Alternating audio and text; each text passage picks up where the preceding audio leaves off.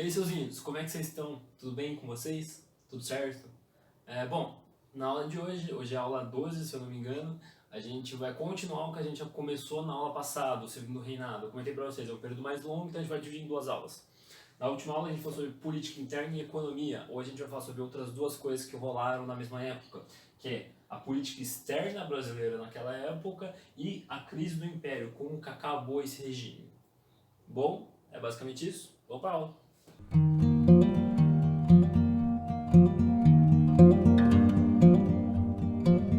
Bom, gente, para começar a aula de hoje, a gente vai falar sobre política externa. Para falar de política externa, a gente vai falar sobre os três principais tretas que o Brasil se envolveu durante esse período. As duas primeiras, na verdade, elas servem para a gente entender a terceira e mais importante, que é a Guerra do Paraguai. Mas beleza, vamos falar sobre a primeira, que é a questão Christie. A questão Christie foi uma treta que a gente teve com a Inglaterra. O que aconteceu? Isso é uma época em que o Brasil se afastou politicamente da Inglaterra. Como que isso aconteceu? Christie era o nome do diplomata inglês que trabalhava no Brasil nessa época. 2 anos antes de 1863, um navio inglês afunda no Rio Grande do Sul, na região do Rio Grande do Sul.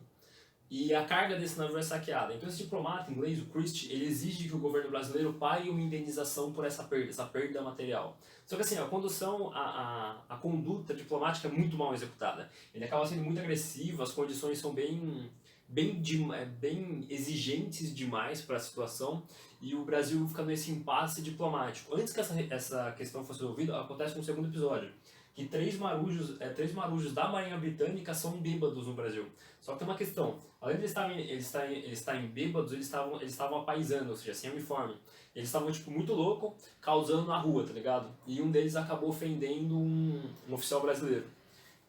Os três acabam sendo presos. E isso acaba só piorando, ou seja, a questão do navio que ainda não estava resolvida acaba sendo piorada e cria um impasse diplomático. O Christie, que é um diplomata, ele exige que os três marujos estejam soltos e os oficiais que prenderam eles, efetuaram a prisão, sejam demitidos e a carga do navio fosse paga. Essa relação diplomática entre Inglaterra e Brasil acaba atingindo o ápice de descontentamento e o Brasil ele rompe relações diplomáticas com a Inglaterra. Ou seja, todos os diplomatas da Inglaterra que estavam no Brasil são expulsos e todos os diplomatas brasileiros que estavam na Inglaterra também são expulsos. Ou seja, cortam-se as relações diplomáticas. Os diplomatas que são responsáveis por fazer esse meio do caminho vão embora. É interessante também que nessa época o Christie ele pede para um mediador. Em algumas tretas diplomáticas se pede um mediador, ou seja, um cara imparcial para avaliar quem que é a pessoa mais certa. Na época o rei da Bélgica ele foi consultado para ser um mediador e ele dá a causa para o Brasil. Ele fala que o Brasil está certo e a Inglaterra tem que pedir desculpa. A Inglaterra não pede, por isso que as relações diplomáticas são rompidas. E a gente vai entender depois o que isso tem a ver com a Guerra do Paraguai. Beleza, segunda treta externa da época, a questão da platina. A questão da platina, na verdade, são dois conflitos armados que aconteceram em épocas diferentes. O primeiro dele é em 1850, mas antes da gente falar dele, a gente tem que entender o que é a região da platina, o que é a bacia do Rio do Prata. Eu já comentei com vocês há bastante aulas atrás o que é a bacia do Rio do Prata. A bacia do Rio do Prata é uma região de muita importância econômica, porque a bacia do Rio do Prata é o rio que dá para o mar para toda a região do Prata. Toda a região do Prata é o norte da Argentina, todo o Uruguai, o sul do Brasil e o Paraguai. Esses 4 países, eles precisam, é de muita importância para eles ter a navegação do Rio do Prata, para eles escoarem toda a produção deles, chegar no Atlântico e eles poderem mandar para o resto do mundo. Ou seja, todos os países platinos eles têm direta relação com a bacia do Prata. Beleza. Mas o que foi a questão do Prata? Como que o Brasil tratou com esses países?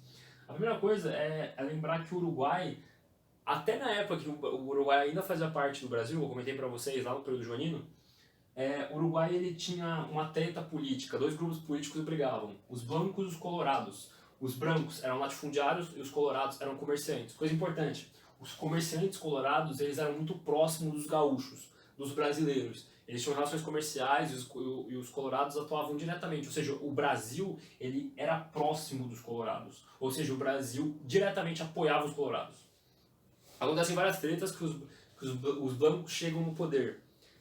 O Brasil, por vários motivos, o Brasil vê que ele diz que a população dele que morava no Uruguai estava ameaçada com essa mudança de poder, então o Brasil invade Montevidéu, que é a capital do Uruguai, tira o presidente e põe um colorado no poder. E ele também faz isso com Buenos Aires. A Argentina se alia ao Brasil nessa operação. Uma das províncias da Argentina que se rebela também ocupa Buenos Aires, ou seja, existe uma mudança da liderança nessa época, tanto da Argentina como do Uruguai. Em 1850, quando acontece toda essa treta e os brasileiros colocam o Colorado no poder, acontece outra treta de novo, outro conflito armado, só que isso vários anos depois, em 1864. 14 anos depois, um branco de novo assume o governo do Uruguai. Mais uma vez, o Brasil se vê em um impasse político onde os comerciantes que estavam ligados com os colorados mais uma vez iam perder espaço. Então o Brasil interveio militarmente de novo no Uruguai, trocando mais uma vez o líder do Uruguai e colocando uma pessoa que era afiliada ao Partido Colorado. Qual é o problema disso? O Paraguai ele fica a poucas ideias. Porque quando ele vê toda essa manobra política, toda essa coerção que o Brasil tá fazendo diretamente no Uruguai, ele se sente ameaçado. Porque nessa época, eu comentei para vocês, o Rio do Prata era muito importante. E todos os países que eu comentei, o Uruguai, a Argentina, o Paraguai e o Brasil, tinham livre navegação na região do Prata. Só que os colorados nessa época, eles não eram tão próximos do Paraguai. Então o Paraguai ficou com medo de perder o escoamento dele. De perder o direito de navegar no Rio da Prata e poder escoar a produção dele para o Atlântico. Ou seja, o Paraguai considera essa intervenção um ato de guerra. E essa é a origem da Guerra do Paraguai, que é o nosso último evento que a gente vai falar hoje. E bom, a Guerra do Paraguai, ela é de longe a maior guerra que o Brasil já se envolveu. Ela é a guerra em maior proporção, na verdade. Ela é a maior guerra que aconteceu na América do Sul. E além de toda a história da América do Sul, e além disso, ela foi o maior conflito no mundo inteiro entre a Guerra de Secessão e a Primeira Guerra Mundial. Durante 150 anos, a Guerra do Paraguai foi a guerra onde mais envolveu mortes. E o que deu origem para esse conflito tão gigantesco que o Brasil liderou? Bom, a primeira coisa que a gente tem que entender quando a gente fala de Guerra do Paraguai é o Paraguai, na verdade. O Paraguai ele foi um país que ele cresceu diferente dos seus vizinhos latinos.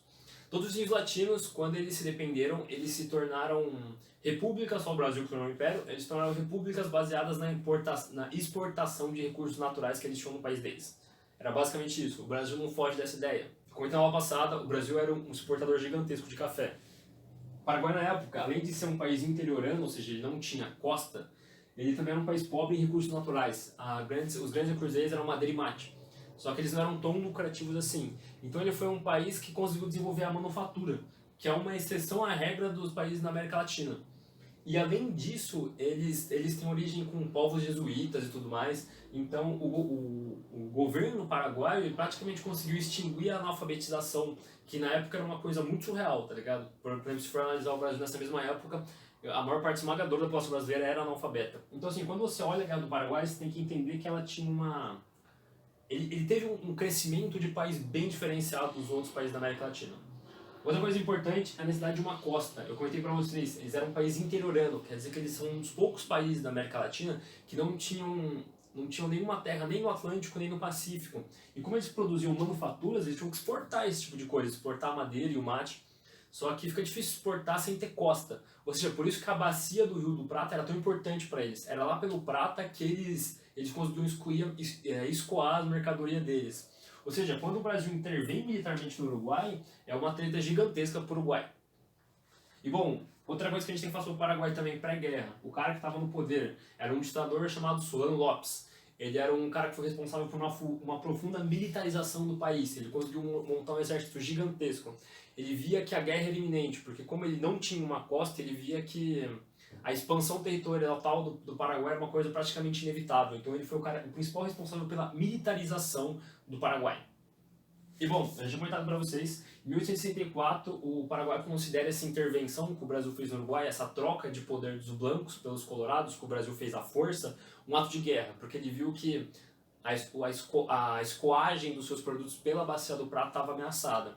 Então o que ele faz? Ele captura dois navios brasileiros que estavam em território paraguaio.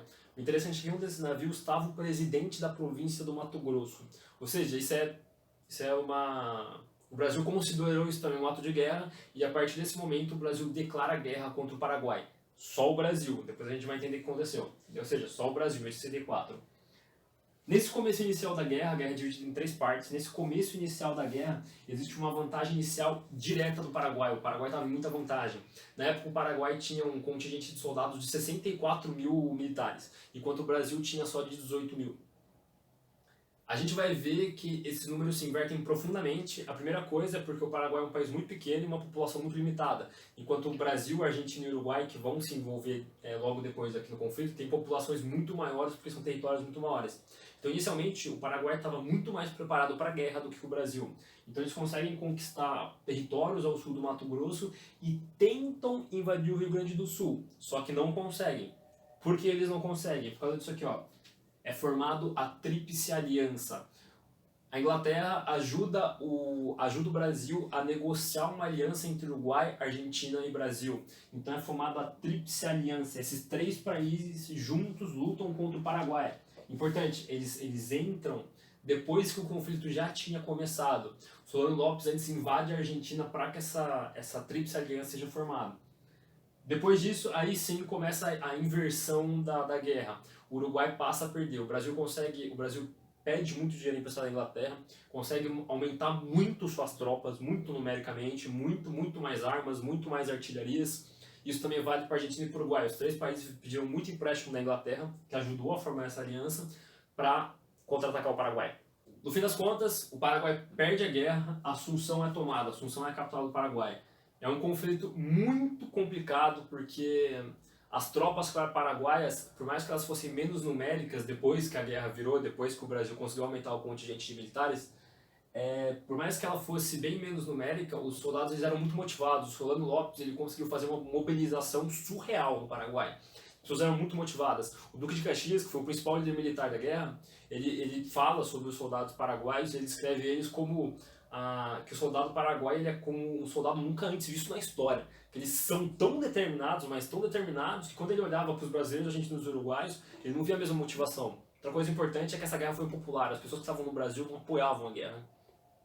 Então, em 1869, 4 anos depois de guerra, a Tríplice Aliança consegue chegar em Assunção, na capital. Eles tomam a capital. Ou seja, nessa época a guerra tinha praticamente acabado. Uruguai e Argentina se afastam da guerra, só que o Brasil não para por aí. Porque o Solano Lopes ele foge da capital, ele vai para as Cordilheiras no Paraguai. Então começa a terceira fase da guerra e acho que é a pior de todas, que é a caçada ao Solano Lopes. Depois que a Assunção é tomada, o Brasil, como entre vocês, o Uruguai, a gente já tinha saído do conflito já, ele sobe as cordilheiras no Paraguai para caçar o Solano Lopes. Eu recomendo que vocês pesquisem sobre, é uma coisa muito complicada, porque nessa hora o Paraguai estava completamente destruído economicamente, a população do Paraguai já tinha sido dizimada, então é interessante que tinham batalhas que eram feitas com soldados entre 10 e 15 anos. Recomendo que vocês pesquisem sobre isso, é um momento da história do Brasil muito delicado e também é muito interessante. A gente vê que depois disso as consequências do Paraguai são muito intensas. No ano seguinte, o Solano Lopes é achado e é morto. E só com a morte do Solano Lopes que o Brasil realmente ele se afasta da guerra. Quando o Solano Lopes morre, a Guerra do Paraguai acaba em definitivo para o Brasil. Que nem eu comentei para vocês, o Paraguai é dizimado, o Solano Lopes levou até o último do último dessa guerra. Então o contingente de militar que foi mobilizado para a tropa foi gigantesco. As estimativas é difícil de falar quantas pessoas morreram nessa guerra, o fato é que foram muitas. As estimativas no impacto da população do Paraguai também variam muito. Algumas pessoas falam que 90% da população masculina morreu, outros usam dados mais ou menos e falam algo entre 70%. O fato é o seguinte, seja 70% ou 90%, ter um número tão grande da população masculina morta representa uma crise demográfica brutal.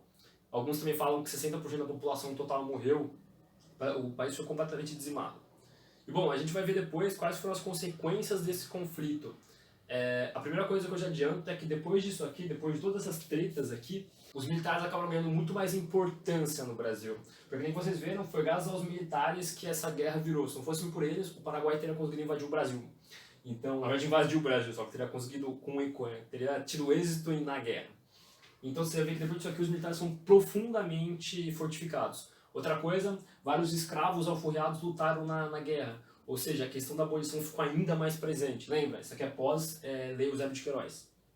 E bom, basicamente isso. Agora a gente vai para a segunda parte da aula, que é a crise do Império. Quais foram os motivos que levaram para o fim da monarquia no Brasil?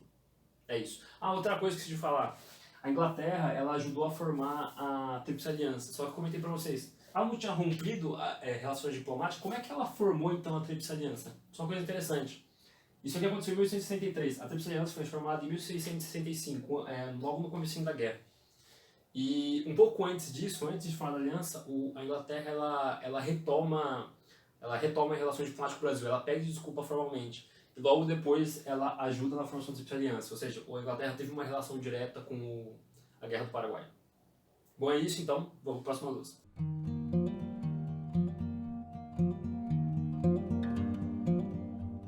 E bom, gente, para terminar a aula de hoje, a gente vai falar sobre a crise do Império, os principais motivos que levaram ao fim da monarquia e o começo da República no Brasil. Sempre quando o vestibular aborda esse assunto, que é muito abordado, sim, eu comentei para vocês na aula passada, segundo o Renato, o assunto que mais cai no Enem de Brasil, sempre quando essa questão é abordada, ela sempre é abordada da forma de questões. As 4 principais questões, questão 1, questão 2, questão 3 e questão 4, não, perdão, 1, 2, 3, 4, as questões que levaram ao fim da monarquia, as principais tretas que tinham no Brasil que levaram ao fim da monarquia. Beleza, vamos lá, quais foram elas? A primeira delas, questão da abolição. Na aula passada eu fiz todas aquelas leis lá, que foi a progressão da abolição da escravatura no Brasil. Primeira coisa que tem que lembrar, leia o Eusébio de Queiroz, eu comentei para vocês, a partir de 1850 houve uma crise no abastecimento de escravos do Brasil, eu falei isso, não pode esquecer disso. Outra coisa que eu comentei foi a Guerra do Paraguai. Vários escravos alforriados lutaram num conflito, então quando eles voltam para o Brasil, eles veem incoerência, eles que foram os heróis da nação, eles que um monte de gente morreu para que o Brasil ganhasse a guerra, no final eles voltam para casa e veem o seu próprio povo sendo escravizado. Lembrando, os que lutaram, vários deles receberam alforria, e eles foram responsáveis por levantar as bandeiras da abolição. Não só eles foram parte das pessoas que fizeram isso. Outra coisa importante para falar é que na época, o único grupo político que ainda apoiava a escravidão pós-Guerra do Paraguai, na verdade, era a aristocracia escravista, aquele grupo político que era a última base sólida do Segundo Reinado. Então, o movimento republicano, cada vez mais, ele é o principal opositor da escravidão, e os militares também, eles se tornam um forte grupo contra a escravidão. Cada vez mais eles ficavam agressivos em relação à coroa para acontecer a abolição de fato. Nessa época, toda a América já tinha abolição da escravidão, só o Brasil que não. Então, cada vez mais essa pressão para o governo abolir a escravidão era muito mais intensa. E o que eu pensei, depois da lei de Eusébio de Queiroz, era óbvio que a escravatura é insustentável, parou de chegar escravos, ou seja, o colapso da escravidão era iminente. Então, frente a essa pressão gigantesca, inevitavelmente, o governo teve que aprovar a Lei Áurea, que aprova em 1888, um aninho antes só do fim do Império do Brasil, que é a lei que liberta todos os escravos. Qual que é a grande questão em volta da Lei Áurea? Essa lei que foi responsável pelo fim da escravidão no Brasil, ela não falava sobre nenhuma indenização aos senhores de escravos, ou seja, o governo não ia dar nenhum dinheiro para os donos dos escravos que foram libertos. Isso aconteceu um pouquinho antes de um final de safra, época de colheita. Ou seja, o prejuízo que a galera que tinha escravo teve foi brutal. E que nem eu comentei para vocês, a aristocracia escravista do Brasil era a última base sólida da coroa. Ou seja, com esse momento aqui, o Brasil ele perde a última base sólida. A aristocracia escravista rompe com a coroa. O último apoio político realmente íntegro que a coroa tinha se perde aqui com a Lei Áurea. Ou seja, o Império já estava nos frangalhos já. Bom, segunda coisa, questão religiosa. Como que a igreja tratou com o Estado? Tem que lembrar disso aqui, ó. Padroado. Padroado é uma característica que o Brasil tinha, que eu falei lá na Constituição de 1824. A igreja católica era atrelada ao Estado. Como? A partir do beneplácito. O beneplácito era meio que era a autorização do imperador. Toda bula papal, toda regra que o Papa emitia para os fiéis, ela tinha que ser aprovada pelo imperador, pelo beneplácito. Qual foi a treta? O Papa Pio XIX, ele proíbe a maçonaria durante o Segundo Reinado. Existe uma treta entre maçons e católicos. Maçons é uma sociedade secreta que era muito presente no Brasil nessa época, dentro da aristocracia. Ele proíbe que membros da maçonaria, membros da sociedade secreta, frequentassem a igreja. o Dom Pedro II não dá o beneplácito, porque ele mesmo era maçom e a maçonaria tinha grande participação política dentro do ciclo político dele. Então ele não dá o beneplácito, ou seja, ele pede, ele fala que os clérigos do Brasil não sigam essa orientação papal. Só que 2 bispos da Igreja Católica desobedecem ao imperador. Eles seguem a orientação do Papa, que é sim expulsar os maçons da Igreja. Quando Dom Pedro I vê isso, ele vê que o comando direto dele de não seguir essa orientação é quebrado, então ele prende os 2 bispos. Logo em seguida, os bispos eles são condenados, na verdade, a trabalhos forçados, só que logo em seguida eles já são anistiados. Eles são perdoados pelos crimes deles por essa natureza delicada. Só que assim, mesmo eles sendo anistiados, essa treta política pegou muito mal, essa que é a real. A igreja, agora, a partir desse momento, a igreja vê vantagem entre a separação igreja e Estado. Eu comentei para vocês, o padroado juntava a igreja e o Estado. A igreja era um órgão do Estado. E na República, uma das características da República era que o Estado era laico, ou seja, a igreja era uma instituição separada do Estado. Essa ideia passou a ser interessante depois dessa treta, entendeu? E depois, penúltima questão, uma das mais importantes, a questão militar. Eu comentei para vocês, os militares saíram muito fortificados pós-Guerra do Paraguai. Até a Guerra do Paraguai, na verdade, praticamente da República, os paraguaios praticamente não tinham representação política. A representação política da força, das armas, assim por dizer, na política aconteceu pela Guarda Nacional. Eu comentei para vocês. A Guarda Nacional foi criada na regência, era o jeito dos políticos fazerem valer a força deles, fazerem as coisas acontecerem no braço. E outra coisa importante, os militares nessa época, eles não faziam parte da aristocracia, porque eles eram uma camada média da sociedade. Enquanto a Guarda Nacional e a Marinha, eles faziam parte da elite do Brasil. A Guarda Nacional porque os cargos eram comprados e a Marinha porque ela tinha mais status.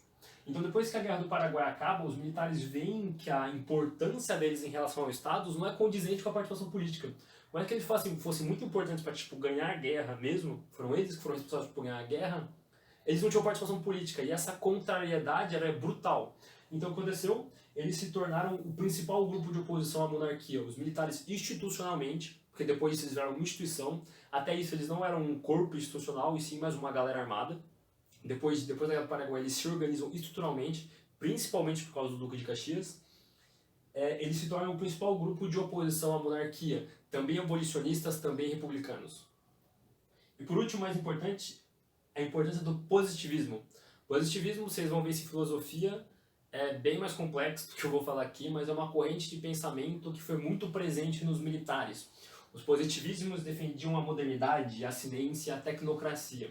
Vocês vão ver que a tecnocracia, essas coisas em filosofia com bem mais calma. Um cara chamado Augusto Comte foi o start desse movimento. Mas por que eu estou falando sobre positivismo? O positivismo ele defendia a república por causa da tecnocracia. A tecnocracia é usar conhecimento técnico para reger um governo. E então, assim, uma monarquia não fazia muito sentido. O positivismo, na verdade, ele era intrinsecamente contra o absolutismo. Então, cada vez mais, os militares representavam uma oposição à monarquia e uma vantagem à república. E bom, a última questão que a gente vai falar hoje, antes do golpe de 15 de novembro, é a questão republicana. Como que o movimento republicano estava nessa época? Um dos principais episódios do movimento republicano é logo depois da Guerra do Paraguai. Eu comentei para vocês. Vocês veem que a Guerra do Paraguai, com o final da Guerra do Paraguai, começa a crise do Império. Todos esses grupos políticos, tanto os abolicionistas quanto os militares, acabam dando uma virada no jogo. Então, logo no final da Guerra do Paraguai, acontece o Manifesto Republicano. É um manifesto que é feito com várias ideias republicanas que o Partido Republicano, que seria formado depois, pretendia defender. Esse partido ele pretendia acabar com o Império e formar uma república. É interessante ver que quando formou o Partido Republicano, de cara, a oligarquia cafeira do Oeste Paulista, que eu comentei na aula passada, que era menos escravista, ligado à região de Campinas, mais modernizada economicamente, aderiu ao movimento de cara. Porque eu comentei para vocês, essa galera não tinha tanto participação política quanto a aristocracia cafeira escravista. Lembra que eu comentei? Ela era a base de apoio da coroa até a Lei Áurea. Então essa galera se via também, assim como os militares, com pouca participação política. Então de cara eles já fizeram parte desse movimento paulista, foco. Os republicanos tiveram muito poder em São Paulo, na província de São Paulo. Já aderiram de cara já. E outra coisa é a estagnação política da época. Eu comentei para vocês, por que eles não tinham participação política? Porque na época a política que era em volta da coroa era muito estagnada, o Senado era vitalício, ou seja, todos os senadores tinham que morrer para largar o cargo. Ou seja, a dinâmica política era muito baixa. E outra coisa, as eleições eram controladas pelo poder moderador. Lembra que eu falo que ele podia dissolver a Assembleia e convocar novas eleições?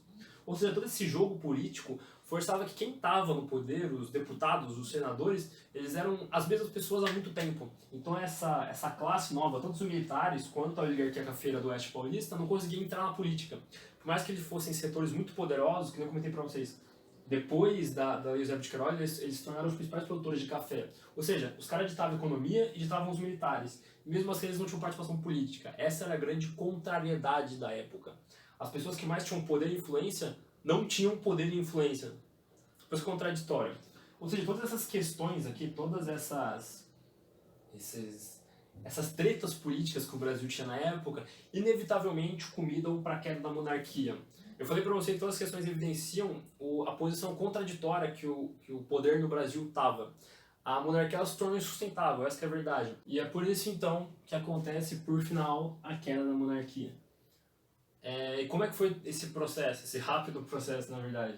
Eu comentei para vocês, depois da Lei Áurea, a coroa perde sua última base de apoio. Depois disso, a transição, o fim da monarquia era praticamente inevitável. Os militares, cada vez mais, eles se aproximam dos republicanos de forma a tentarem dar o golpe. Eu comentei para vocês, os militares cada vez mais ganham mais prestígio. Então, o atrito chega ao ponto até que no dia 14 de novembro, os militares eles fazem um golpe, eles destituem a monarquia.